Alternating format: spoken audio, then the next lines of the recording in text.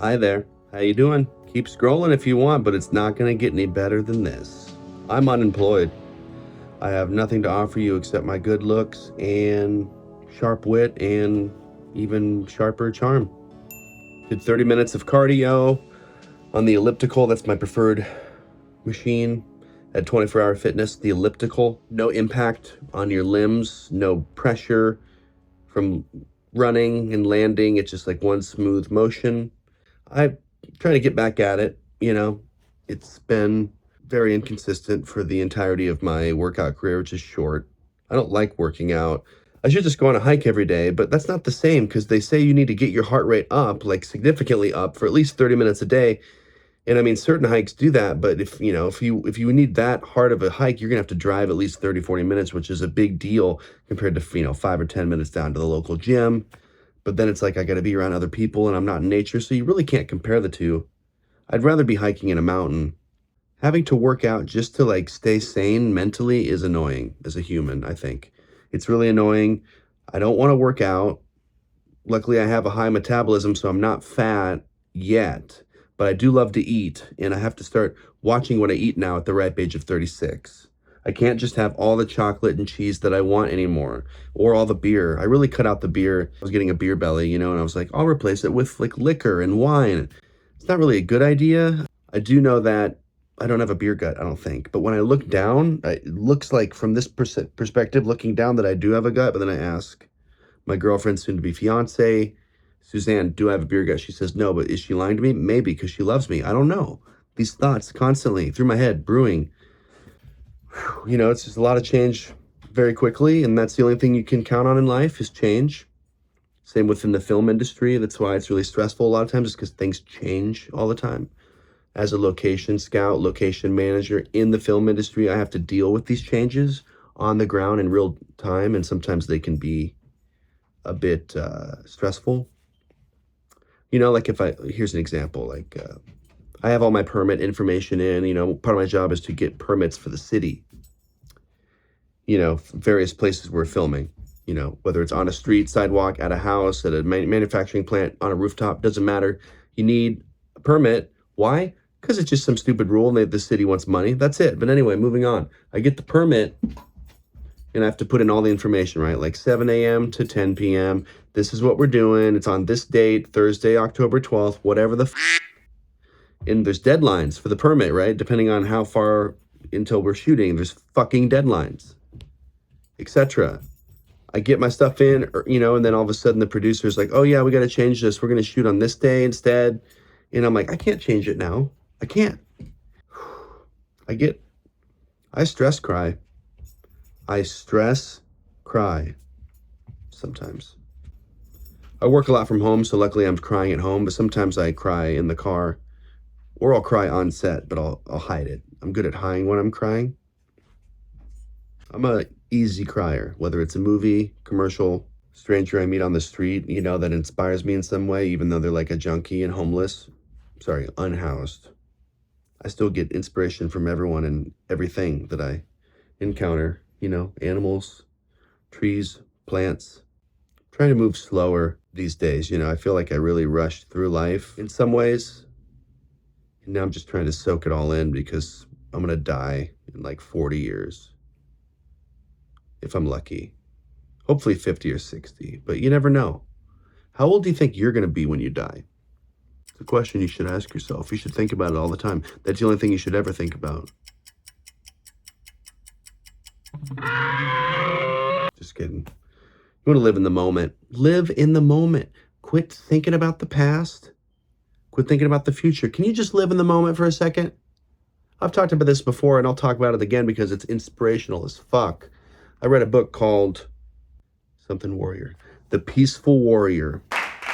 It had a sage character and then this other guy that was like headstrong, that learned a bunch of lessons along the way, and then the sage guy, of course, giving him advice, etc. One of the things the sage guy said, who was this wise old man that worked at a gas station or whatever, he said, no matter what I do, I enjoy it.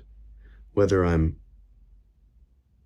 picking up poop outside after my dog, cooking, cleaning, washing the dishes, working on my car, running errands that are seemingly boring, whatever I'm doing, I'm in the moment and I'm thinking about only that, which in and of itself is peaceful because the average modern human is thinking about no less than 20 things at any given moment, especially with digital devices now. So and this is part of meditation too, to just think about one subject is meditative in and of itself. Anyway, he's like, if I'm doing the dishes, that's all I'm thinking about is doing the dishes. Okay. I'm not thinking about like the homework I got to do or work stress or family stress or financial worries, etc. I'm thinking about the fucking bowl in hot water that's almost too hot, but not quite. It's just perfect. And the suds, because you're using soap. And he's at peace. He's happy because he's only thinking about that. And he does a very thorough job. You know, if you're in a hurry and late for work and stressed out, you're going to do like a half-assed job on the dishes. And then you're going to have to wash them again later. There's going to be a speck of bran flakes stuck on there and hardened into concrete, harder than concrete. And your stepdad's going to yell at you and be like, what the fuck? And you're going to say, I cleaned it. And he's going to say, no, you didn't. You're a bad cleaner, just like your mother. Anyway, I'm glad I worked out today, though. Feels good. Consistency is the hardest part, right? Same with podcasting, stand-up, writing, eating healthy, whatever it is. The consistency is the hard part. Doing it every once in a while is pretty easy. Now everyone's talking about HIIT, high interval training. That's an acronym. HIIT, H-I-T, exercising, high intensity training. So it's the opposite of jogging leisurely, right? You want high intensity, short duration. Instead of jogging 5 miles in like an hour, you fucking run in place for 30 seconds like your life depends on it. You're gonna run up, or you have a huge hill, super steep in your neighborhood, and you just run up the fucker like like someone's chasing you with a knife. And then you stop for like 20 seconds, 30 seconds, or a few minutes or whatever. And then you do it again. But they say it puts your body in sort of fight or flight mode, sort of emergency mode, and you burn more fat, etc. It's like some primitive sort of stuff that happens in your body because it thinks that you're like running from like a wildebeest or a saber-toothed tiger or an elephant or something. So just pretend you're getting chased by an elephant in fucking the 12th century in Africa, and you have no weapons, and there's no water anywhere, but you just had a bunch of water, so you like have energy to run.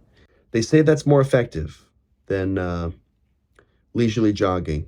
That's why I see these people at the gym doing the easiest resistance on a bike, watching the TV on their phone. Like, they're not trying hard. They're not working out. They're not sweating. And maybe I just catch them when they're just getting started and warmed up. But there's so many people that go that like I feel like they're not really working out. I don't know anything about working out, but I think you're supposed to sweat and like push yourself a little bit. And there's so many people like that are not pushing themselves. Anyway, I saw this one guy. He had the weirdest fucking run I've ever seen in my life. It reminded me of like a big like troll man going. He was like literally like on the treadmill, and then a normal person would be like this, and he was like boop boop boop boop, and he had his arms up. I swear to God, he wasn't even moving his arms like a normal person when they run, like moves their arms. He was just like, they're like stationary. I was worried that if I started filming him, that he would see me and then want to kick my butt. And I don't want that. Hopefully I go back to the gym soon. Again, I don't do it for my body to look good or whatever, because I already look good. I do it for my mind. Okay, I do it for my mind, because otherwise I'm going to punch someone. I'm an angry guy. They say angry people should work out. I feel less like punching people in the mouth, throat punch after I work out. Crazy times, living in LA. City's falling apart, state's falling apart. Just made 10 years. 10 years. Going on 11. 11 in September, man. So much change. So much happened. Wow. I feel like a different person. Never go out anymore. Really. Used to just always go out all the time. That's all I did. Now it's like, I think I'd rather stay at home and read a book. Watch a podcast, do some cleaning, catch up on laundry, cook a dish from a cookbook, adult things. That long-term gratification, so to speak, like gardening, love it. Love gardening. I have these green bell peppers in my garden. I've been growing them for like 6 months at least. They're almost ready. But like the slightest, like if I like hit it on accident or like punch it, it'll like fall off and it's like, damn, now it's done. But like I have some big old boys. But anyway, very exciting. I plan my week around my bell pepper growth charts that I make. Drove to Nebraska, where I'm from, the other day. Second time I've driven there in the last 2 months. 22 hours straight one way. I think it's about 1,600 miles, something like that. It's fun, I like road trips. I like stopping off at the little small towns. I like being in control. I like being able to pull over and get a hoagie when I want to. Buy some polished rocks. If they're not polished, buy some rocks, find a polisher, polish some rocks when I want to. Grind some coffee beans behind a gas station. I like good coffee. I'm a coffee snob. Same with wine, same with whiskey, same with food, same with people. I want high quality people and things in my life. Yeah, Nebraska's cool. Most people don't know anything about Nebraska. Most times when I say I'm from Nebraska, people are like, what? They think I say Alaska, first of all. They're like, what? Alaska? And I'm like, no, Nebraska. And they're like, oh, really? And I'm like, yeah. And they're like, shut up. No. Quit joking around. And I'm like, fuck you. I'm from Nebraska. And then we get in a heated fight and then we're not friends anymore. And the first impression is ruined. Where I'm from is, hardworking Americans, sweat on their brow, etc. Honest. In Lincoln, Nebraska, where I'm from, there's not much else to do. You have to create your own entertainment. There's not mountains. There's not cool stuff to do, really. You have to be in a band. You have to be a painter, etc. Make your own fun. But there's some good artists out there. Papillion, Nebraska. Papillon. Apparently it's a French word. My girlfriend speaks French and spent some time in France and says it's Papillon, but we say Papillion. We have a city called Beatrice. We don't say Beatrice, okay? Sue me. I testified at the Revenue Committee of the Nebraska State Legislature when I was there. It was amazing. I think I might have to go into politics based on this moment because I am just so good in the public eye. Such a great public speaker. It's like, reminds me of that, Benjamin Franklin quote. What's a sundial in the shade? It's like a sundial in the shade, okay? It's like a screwdriver in a box in the corner of a shop that's fucking shut down. No one's ever going in there. That screwdriver needs to be screwing stuff. And I need to be speaking about global affairs, teen suicide rates and how to decrease, military veterans from lighting themselves on fire. That was some crazy shit. I really want to do a live call-in show. I'm going to figure out how to do that. Maybe I'll get like a Google Voice number. I need to figure out technologically what's the easiest solution and do that. Maybe what I'll do is I'll do like an Instagram live with like a phone number and then they can call in. It's going to be cool. I just hope you guys are staying positive and just trying to be healthy. Just really learned a lot the last few years, man. I just keep going back to that George Carlin phrase that he said all the time. It's all bullshit and it's bad for you. I had the pleasure of seeing him live in 2006 in Lincoln, Nebraska at the Lead Center. It was amazing. It's all bullshit and it's bad for you, man. Most stuff that people pay attention to on a given day is complete bullshit. And man, I really need to do some stand-up comedy about this soon and get back on that stage. But I'm just so glad, so thankful that I didn't have social media in middle school or high school. When I got Facebook, I was in college. I was like 2007. And I just can't imagine being like 12 or 13 and being on TikTok or fucking Instagram. It's just, look at all the graphs. I'll put some links down below in the post, but like, and this is real talk, because I've always wanted to make a children's show ever since I, started to appreciate Mr. Rogers and Jim Henson and Sesame Street and all this amazing content that these guys were making to try to like help the world and help people and help children. And the teen suicide rate is like insane, especially among like preteen women. It's like just gone up since like the advent of social media and cell phones and having it on the cell phone, and they can see it in like every single graph, and it's completely concrete empirical evidence that cannot be refuted, and it's super obvious when it started and And it's just like, no one cares. No one cares. Like, I'm not a parent yet. I'm going to be a parent at some point, sooner rather than later. And I'm just like, so, of course, by the time my kids that don't exist yet are at the age where you would need a cell phone and maybe social media, like, hopefully social media doesn't even exist anymore. It's something else. And we're all plugged into AI and like the, fucking Armageddon, whatever the fuck. But, man, because I would really not want them to do social media. And then, of course, they say, oh, well, everyone else I know is on social media. So if you don't let me do it, then you're a bad parent and you hate me. And then I'm going to be the outcast. And everyone's going to be like, wow, you're out of the club.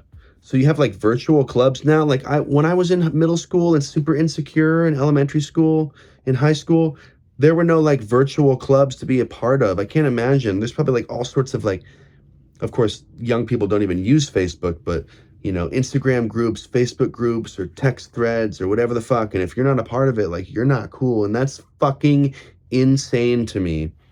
And what's really funny, though, is a lot of these people that I thought, and they were popular in high school, they peaked in high school, okay? They peaked in high school. I'm going to say it again. These motherfuckers that you were jealous of in high school because they were popular and like really talented or whatever and like good looking, they peaked in high school, okay? I haven't even peaked yet.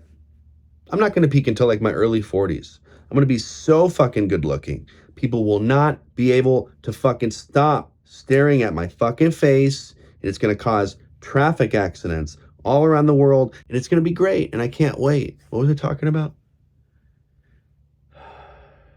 Can I tell you how much pleasure I get from not hanging out with people I used to hang out with? A lot of pleasure. It feels good to block people. It feels good to be in control of that. You have to draw boundaries. Something bigger than you is on your side and they want you to succeed. They really do.